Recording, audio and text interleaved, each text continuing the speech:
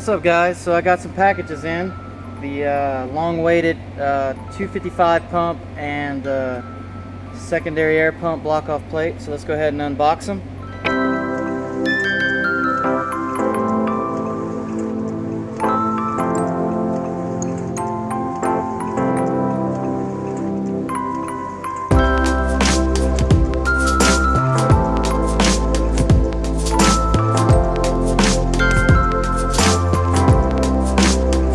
There's the little block-off plate for the secondary air pump. Looks like I'm gonna have to make my own gasket, so not a bad deal. I'll look at the gasket on the air pump and see if it's reusable. If it's metal, we'll reuse that and we'll block it off with this. Here's the little tubes and whatnot, sleeves, rubber grommet, and the 255 pump.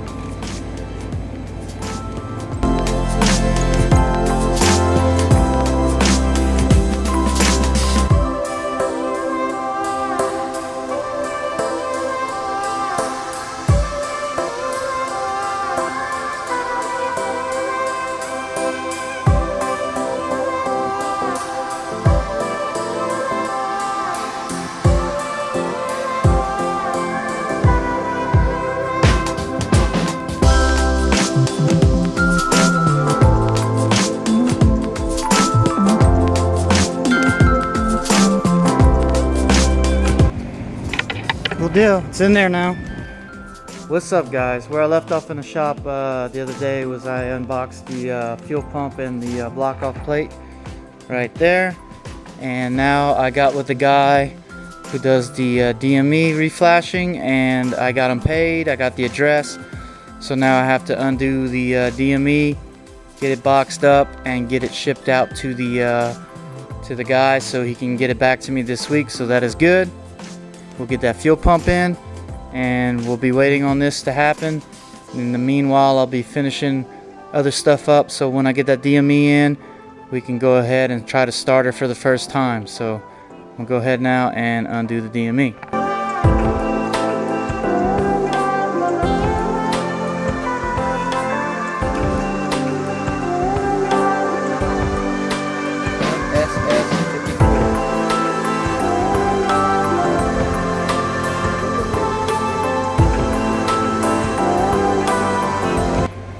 Okay, now that I know that there's only one fuel pump, which I knew that, I just didn't know what side it was on. It's going to be on the left side facing the rear of the car. So basically, in this position, it's going to be on the left right here. So we're going to go ahead and take this fuel pump out, put it on the workstation over there, and we're going to get it swapped out.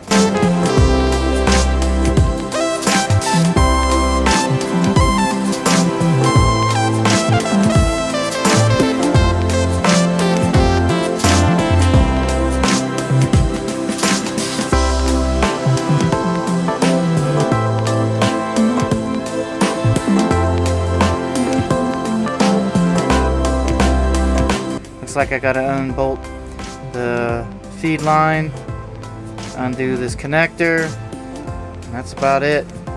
But I'm gonna go ahead and turn on the air compressor. I'm going to blow this out, get it all nice and clean of debris. I don't want that falling in the tank when I take it off.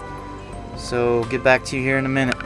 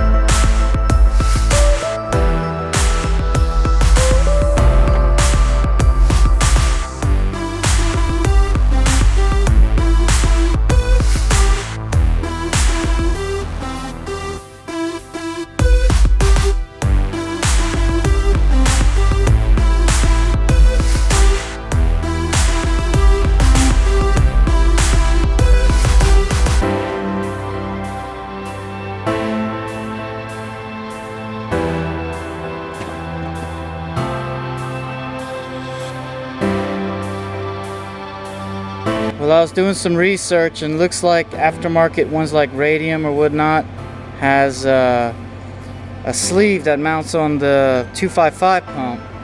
So I'm gonna have to let this completely dry out so I can chop off the sleeve, the casing, and make my own sleeve to fit this. So in the meanwhile, I am siphoning out the old fuel. As you can tell, it's pretty nasty old fuel. So I'm gonna go ahead and siphon all that old fuel out. That way when I put the pump in, I can fill it up with fresh fuel. I bet you that fuel's from 2012. That's what the sticker on the window says, 2012. So I bet that that's how old that fuel is. So I got the little siphon pump feeding in right there.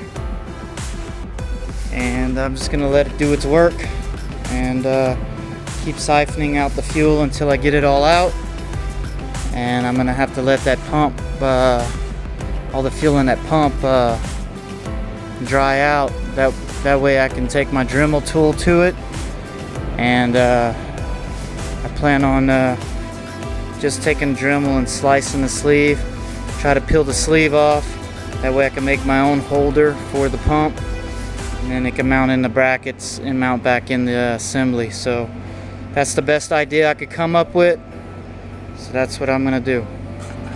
Alright, I got like almost like 9 gallons of dirty ass fuel out of the gas tank. So it's got a little bit left still on the bottom of the tank, but when I pour fresh high octane fuel in there, it ought to, you know, dilute it out, so it'll be great. But a cool thing though, I was looking at the sleeve, the 255 pumps. They come just like this. They're slim, but they, like Rev or whatever the name of that company is, sells a sleeve, and it's shaped like the stock fuel pump sleeve. So I was like, well, shit, if I can somehow gut the stock one, then I could come up with my own bracket. So I was able to gut the stock one. Here we go. So I got the sleeve from the stock fuel pump now, and basically I need to get a rubber grommet. I tried with that one, it's still not big enough, so I need to come up with something. And you just clamp it with the rubber sleeve in the middle, and then voila, you have a fuel pump that's going to mount in the factory holder and go into the factory cradle and be able to work like OEM. So I'm a step further now, guys, so I just got to come up with something to be able to hold this bad boy in here firmly. So that's what I'm trying to come up with right now, and I'm glad I was able to at least siphon the dirty fuel out, so that is a plus. And so I got to get to figuring this thing out, so when I come up with something, I'll get right back to y'all. Well guys, I got to pat myself on the back for that one.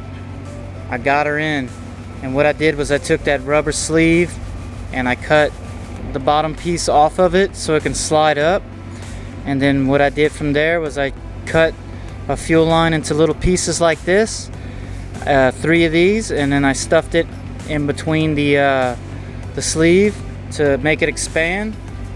And then I put a hose clamp on the bottom to clamp it in after I got it slid into place.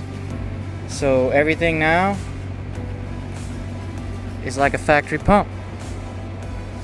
So that works perfect. I got this baby nice and mounted, and just took a little bit of ingenuity, but we got it in there. Okay guys, I got it all butt spliced in. That is a pump. So I'm gonna put the strainer filter on, and we're gonna put it in the tank.